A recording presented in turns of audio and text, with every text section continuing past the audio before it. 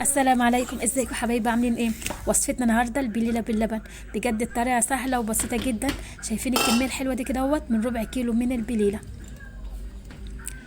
معايا هنا ربع كيلو من البليله. طبعا غسلتها حلو جدا ونقعتها كده مده 4 ساعات. كل ما هتنقعيها اكتر كل طبعا ما تبقى حباتها حلوه وهتبقى معاكي اقل في السوا. هحطها كده في الميه وهقلبها حلو وارفعها كده على النار. يعني بالظبط هتاخد معاكي ربع ساعة في السوا. شايفين كده بعد ما استوت؟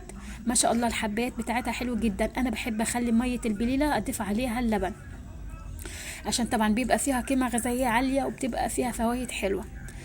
هضيف اللبن طبعا. الكوباية دي هحط فيها معلقة من كريم شانتين ومعلقتين من النشا.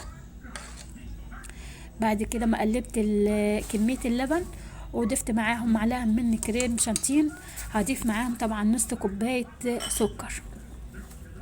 طبعا انت حسب الرغبة، حابة تكتري حابة تقللي، طبعا حسب رغبتك انت. هنا 2 باكو من الفانيليا. بجد يا جماعه الطريقه سهله وبسيطه جدا. ما بتاخدش معاكي اي وقت، وما شاء الله من ربع كيلو من البليله هيعمل لك الكميه الحلوه اللي انت شايفاها دي. خاصه احنا في الشتاء وعايزين اكله كده يكون حلوه وبتدفينا، وبتدفي وبدون اي تكلفه وفيها قيمه غذائيه حلوه. طبعا انت حابه تحطي على البليله مكسرات، جوز هند، حابه تحطي عليها اي نوع فاكهه، كنافه، اللي انت حابه. انا حطيت طبعا هنا جوز هند.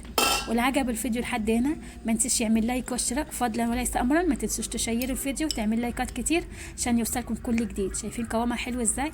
ما شاء الله. والسلام عليكم ورحمه الله.